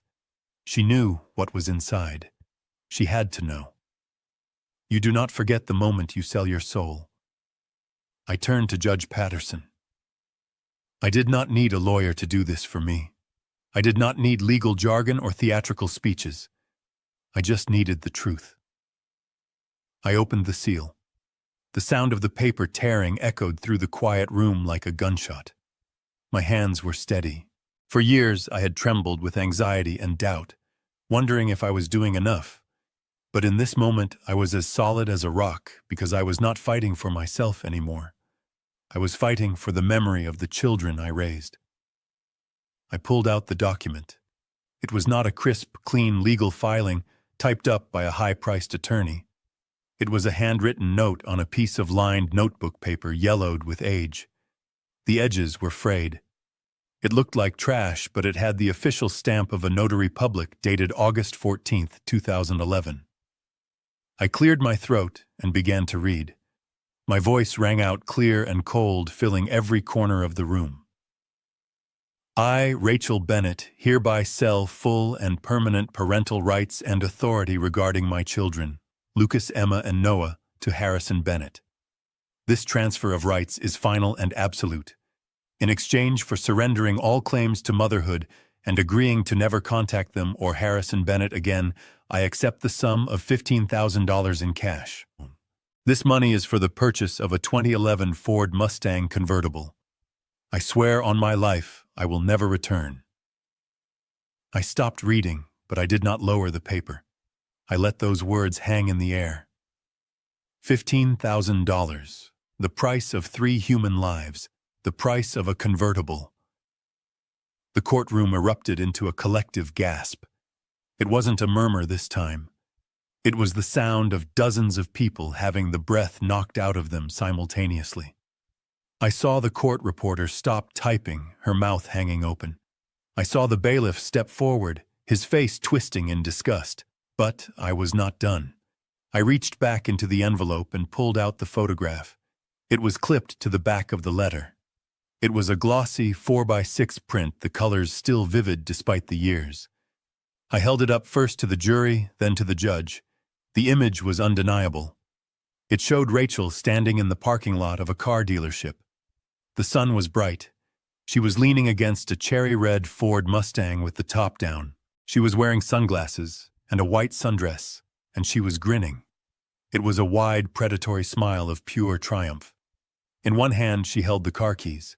In the other she fanned out a thick stack of $100 bills. But that was not the part of the photo that made your stomach turn.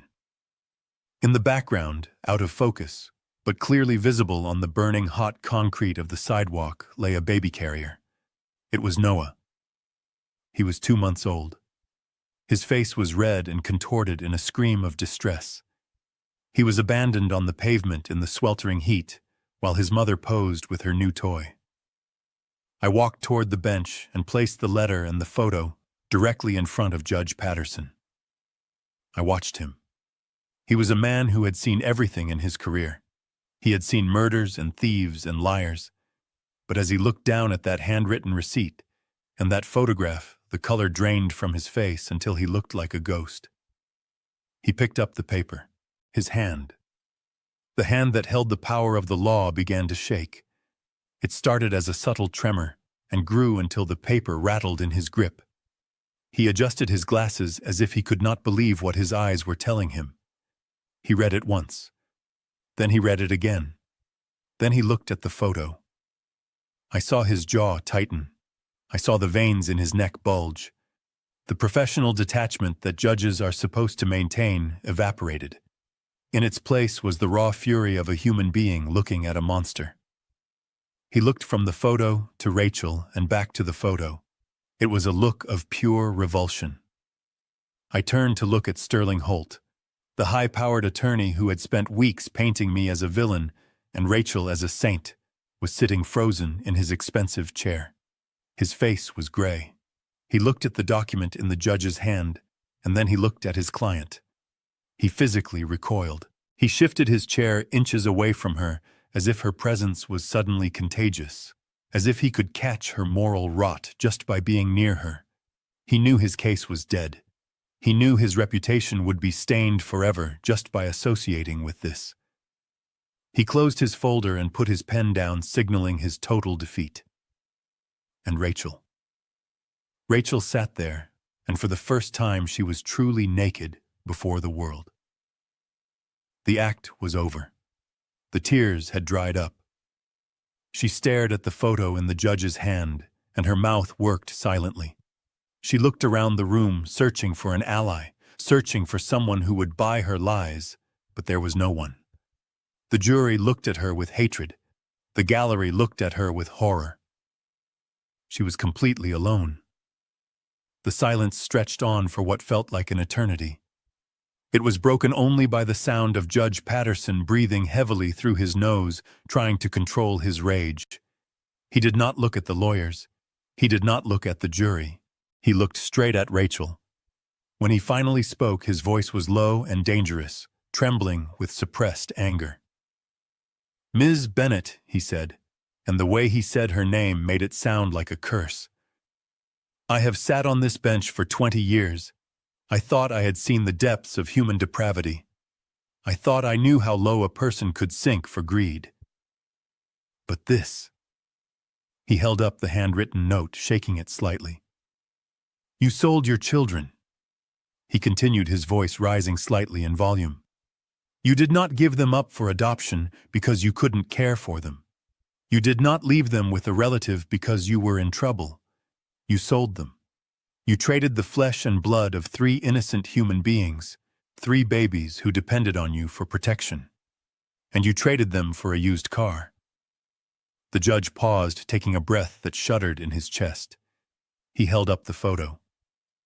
"And you left your infant son on the pavement in the middle of summer to take a picture with money. You smiled while he screamed." Rachel stood up. Her chair scraped loudly against the floor. Her face was wild panic setting in as the walls closed around her. She looked at the judge, then at me, then at the exit signs. Her chest heaved. "That is not real," she screamed, her voice cracking into a shrill shriek that hurt the ears. "It is a lie. Harrison made it up. That is a forgery. It is fake." But her voice lacked conviction. It was the desperate wail of a trapped animal. The judge slammed his gavel down, not to call for order, but to silence her lie. The sound was like a thunderclap that shook the room. "The notary seal is authentic," the judge roared back, standing up from his chair and leaning over the bench. "The handwriting matches every document you have signed in this court for the last month. Do not insult my intelligence and do not insult the dignity of this court by lying to my face when the proof is in my hand." Rachel collapsed back into her chair, sobbing. But these were not the pretty, manipulative tears she had used before. These were ugly, guttural sounds of someone watching their world disintegrate. She shook her head back and forth, mumbling no over and over again, but no one was listening. Judge Patterson looked at me. His expression softened just a fraction, but the intensity was still there. He looked at me not as a defendant, but as a man who had survived a war. He placed the documents down gently, as if they were evidence of a crime scene, which, in a way, they were. The room remained suspended in that moment of revelation. The air was electric with the force of the truth. The receipt lay on the judge's bench, a dirty little scrap of paper that had finally brought down the entire empire of lies she had built. The Ford Mustang was long gone rust and scrap metal by now. The money was spent a decade ago, but the receipt remained. And it had just cost Rachel everything. The courtroom was still vibrating from the impact of the receipt and the photograph. But Rachel was not done fighting yet. She was cornered like a rat, and rats bite when they are trapped.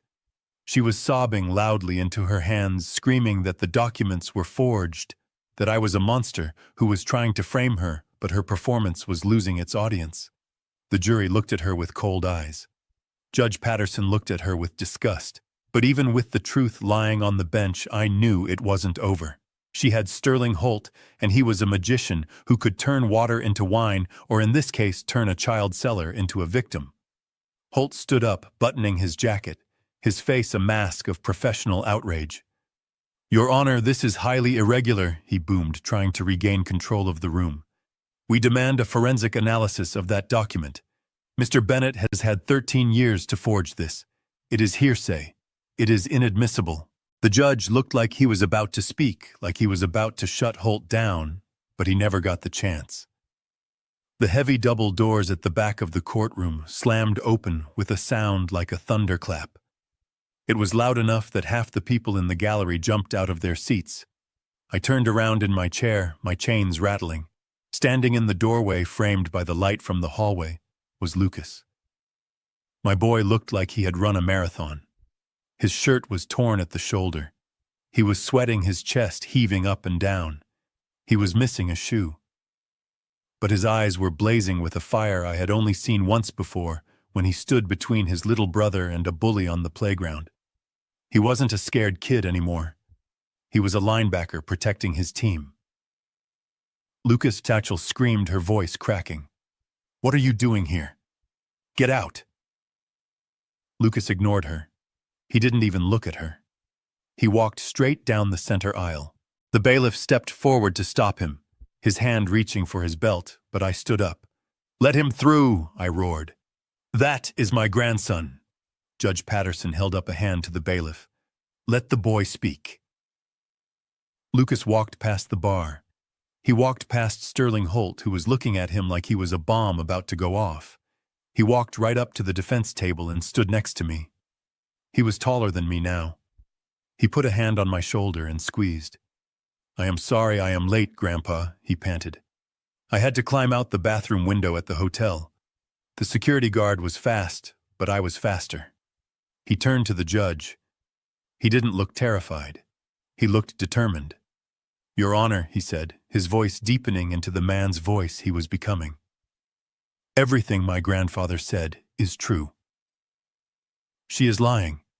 She has been lying since the day she came back." Rachel stood up, her face twisted into a mask of panic. "Lucas, baby, don't say that. You are confused. You are traumatized. Remember what we talked about. Remember the trip to Europe?" "Shut up," Lucas shouted. The force of his voice silenced the room. He turned back to the judge. "She doesn't want us, Your Honor. She never wanted us. She wants the money." Holt stepped forward. "Objection, Your Honor. The witness is a minor. He is clearly under duress. He has been brainwashed by the defendant for years." Lucas reached into his pocket. He pulled out a small, cheap, black flip phone. It was the burner phone I had slid under his pillow the night before the raid. The one Rachel thought she had confiscated, but she had only found the decoy. "I am not brainwashed," Lucas said, holding the phone up like a weapon. "And I have proof." He flipped the phone open. He pressed a button. He held it up to the microphone on the witness stand. The audio was tinny and scratched with static, but the voice was unmistakable. It was Rachel. And she wasn't crying. She wasn't using her soft, motherly voice. She sounded sharp, cruel, and annoyed. I played it for everyone to hear. "So when do I get the money?" the voice on the phone demanded. "It was recorded just last night." A man's voice answered, muffled and low. "As soon as the guardianship is signed, baby. Tuesday." Then Rachel's voice again, louder this time. "Good. Because I cannot stand another day with these brats. The big one, Lucas, he looks at me like he wants to kill me. And the little one, Noah, he is always whining. It is pathetic." "Just hold on a little longer," the man said. $18 million, Rachel. Keep your eyes on the prize. I know, Rachel snapped. I just want this over. Listen, as soon as the check clears, I am booking 3 tickets to that boarding school in Switzerland. The one with the strict discipline program. It is the cheapest one I could find, but it is far away. But what about the old man? The man asked. What about your dad? Rachel laughed. It was a cold, dry sound that chilled the air in the courtroom.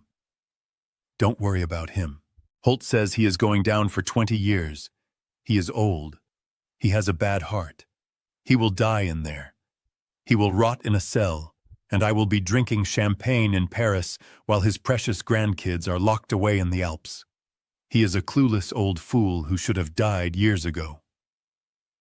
Lucas hit the stop button. The silence in the courtroom was absolute. It was heavier than the silence after the receipt. This was the voice of the devil herself, unmasked and ugly. I looked at the jury. They looked horrified.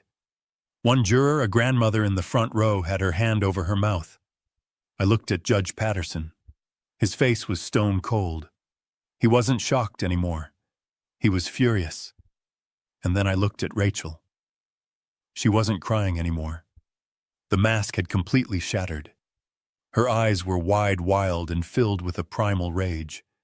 She realized in that second that her life was over. The money was gone. The mansion was gone. The freedom was gone. She let out a scream that didn't sound human. It was a shriek of pure hate. Give me that, she screamed. She lunged. She didn't lunge at me. She lunged at Lucas. She threw herself across the table, her hands clawing for the phone, her nails aiming for her own son's face. You ungrateful little bastard, she shrieked. Give it to me. I own you. Lucas didn't flinch. He stepped back, holding the phone out of reach. But I moved. Chains or no chains, I stepped in front of my boy. But I didn't need to fight her. Bailiffs. Judge Patterson shouted, his voice booming like a cannon. Restrain her! 3 officers were on her in a second. They tackled her to the floor. She fought them, kicking and biting, screaming obscenities that made the stenographer cringe. She was cursing Lucas. She was cursing me. She was cursing the money she never got. Get off me, she screamed as they pinned her arms behind her back and clicked the handcuffs on. I am the mother. They are mine. Sterling Holt saw the ship going down and decided to jump. He quietly closed his briefcase. He gathered his papers, trying to look invisible. He started to sidestep toward the exit, his eyes on the door. He almost made it to the gate. Mr. Holt, Judge Patterson said. His voice was quiet, but it stopped the lawyer in his tracks. Holt froze. He turned around, forcing a weak smile. Your Honor, I believe my services are no longer required here. I should probably go and prepare a withdrawal motion. Sit down, Mr. Holt, the judge commanded, pointing a finger at the defense table. You are not going anywhere. But, Your Honor, Holt stammered. The judge leaned over the bench. You presented a witness who you knew was perjuring himself. You facilitated a fraud upon this court. You were complicit in a conspiracy to strip a man of his freedom and his family for financial gain. The judge looked at the bailiffs who were hauling Rachel to her feet. Deputy, take Ms. Bennett into custody immediately. The charges are perjury, fraud, child abandonment, and assault, and add conspiracy to commit custodial interference. Rachel was screaming as they dragged her toward the side door, the door that led to the cells. She looked back at me one last time. I hate you, she screamed. I wish you were dead. I looked at her, and for the first time in 13 years, I didn't feel anger. I felt pity. I know, I said quietly. And that is why you lost. The heavy door slammed shut, cutting off her screams. The judge turned his burning gaze to Sterling Holt, who was now shaking in his $3,000 suit. And take Mr. Holt into custody as well, the judge ordered. I am holding you in contempt of court pending a full investigation by the district attorney into your conduct. I will be recommending disbarment and criminal charges for conspiracy and fraud." Two officers grabbed Holt by the arms. He didn't fight. He just slumped, looking like a balloon that had lost all its air. They marched him out the same door, his expensive Italian shoes dragging on the floor. The courtroom was in chaos.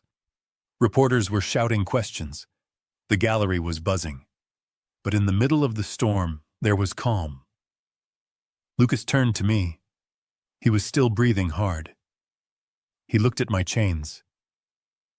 "Did we win, Grandpa?" he asked, his voice trembling, just a little now that the adrenaline was fading. I looked at the judge who was signaling the bailiff to unlock my shackles. I looked at the empty space where the monsters used to be. "Yeah, son," I said, pulling him into a hug that I never wanted to end. "Yeah, we won." Judge Patterson banged his gavel one last time. "Case dismissed with prejudice," he declared. "Mr. Bennett, you are free to go. And Mr. Bennett, regarding the custody of the minors," he smiled, a genuine warm smile that transformed his granite face, "I think they are exactly where they belong." I walked out of that courtroom, not as a prisoner, but as a grandfather. Lucas was by my side, and we had a lot of work to do. We had to go get Emma and Noah. We had to go home, and we had to start living the life that Rachel had tried to sell for a used car. But we weren't going back to the old house. We were going forward. And I had a feeling the view from the Grand Canyon was going to be spectacular. The air outside the courthouse tasted different than it had that morning. It tasted like rain and asphalt, but to me, it tasted like freedom. I stood on the steps with Lucas by my side and watched as the police cruiser took Rachel away. She wasn't screaming anymore. She was staring out the window with a hollow look, her face pressed against the glass, watching the life she had tried to steal disappear in the rearview mirror. Judge Patterson didn't go easy on her. The sentence was handed down 3 weeks later, but the writing was on the wall the moment that receipt hit the bench. 15 years. 15 years for fraud, for perjury, for conspiracy, and for the child abandonment that started it all. Sterling Holt didn't fare much better. He was disbarred and facing his own indictment for witness tampering and suborning perjury. The sharks had eaten the sharks, but I didn't have time to worry about them. I had a job to do. I had to go get my babies. We drove straight to the hotel where Rachel had been keeping them. The security guards who had bullied Lucas tried to stop us at the elevator, but this time I didn't have a tire iron. I had a court order signed by a federal judge.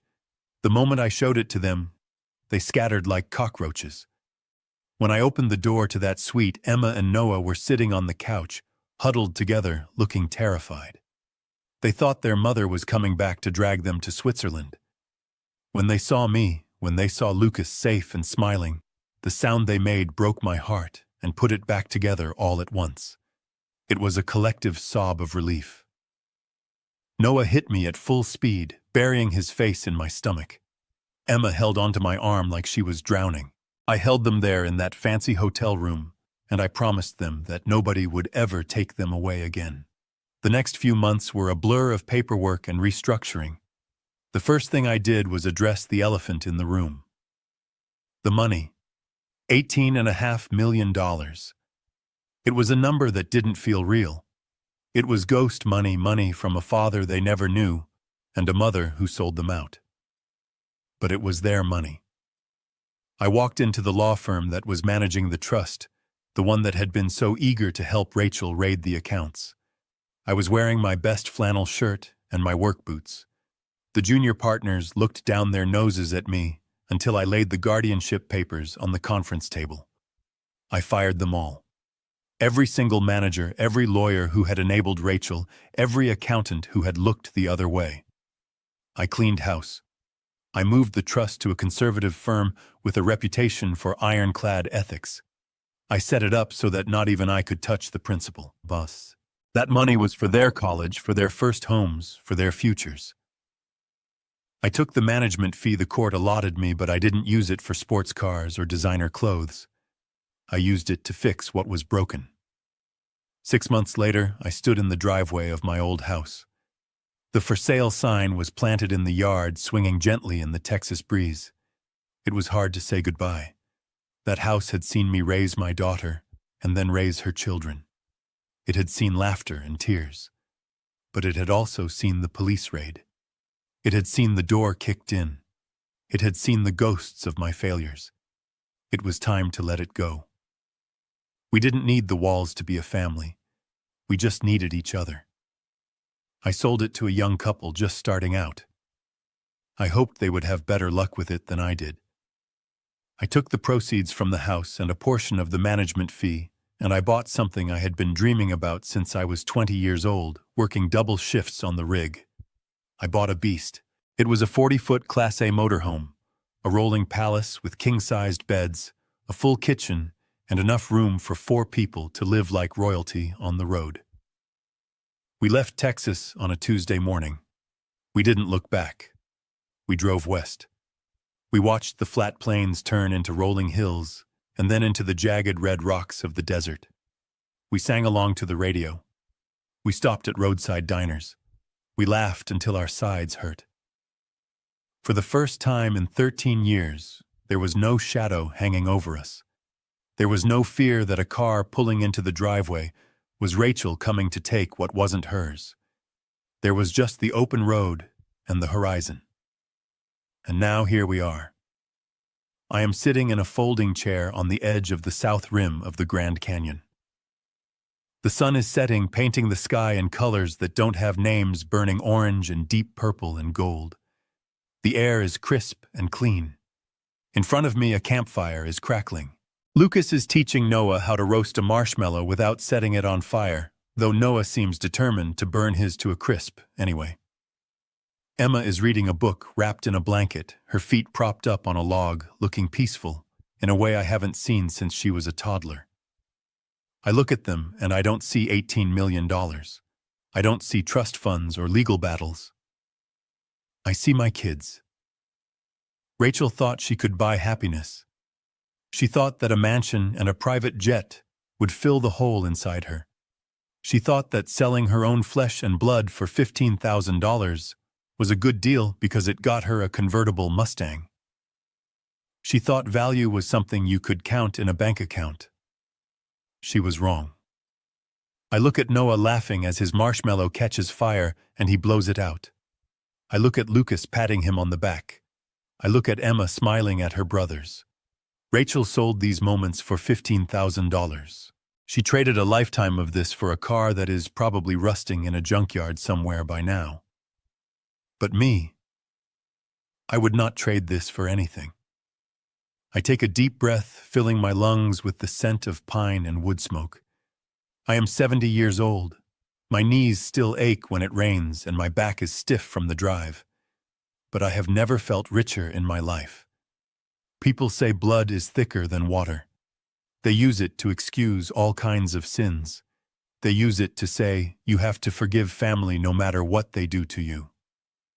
But I learned the hard way that blood is just biology. Love is a choice. Loyalty is an action. Rachel chose money. I chose them. And as I watched the sun dip below the canyon wall, casting long shadows across the red earth, I know I made the right deal. Rachel sold my grandkids for the price of a used car. But to me, even that $18 million sitting in the bank isn't worth as much as a single one of their hugs. Because family isn't whose DNA you share. Family isn't who gave birth to you. Family is who stays. Family is who stands in the driveway and sells their truck to pay your debts. Family is who drives through a security gate to stop a plane. Family is who sits by your side in a courtroom when the whole world is against you. Family is the people who are there when the storm hits and who are still there when the sun comes out. And looking at my 3 kids by the fire, I know one thing for sure. We are home. No matter where we park this RV, we are home. And that is a wealth that Rachel will never ever understand. Rachel believed that $18 million was a ticket to happiness, but it was actually a life sentence of loneliness. She taught me a priceless lesson. Biology is just genetics. But family is a choice. Family isn't who gave birth to you. It is the person who stays when the storm hits, the one who sells their truck or stands between you and the world to keep you safe. I would rather live in a cramped RV filled with my grandchildren's laughter than in a silent mansion. Never trade real love for money, because loyalty is the one thing you cannot buy. If this story of fighting for justice and protecting the ones you love touched your heart, please hit that like button and subscribe to support this old man. Where are you watching from today? Leave a comment below. I appreciate you, and I look forward to reading every single one.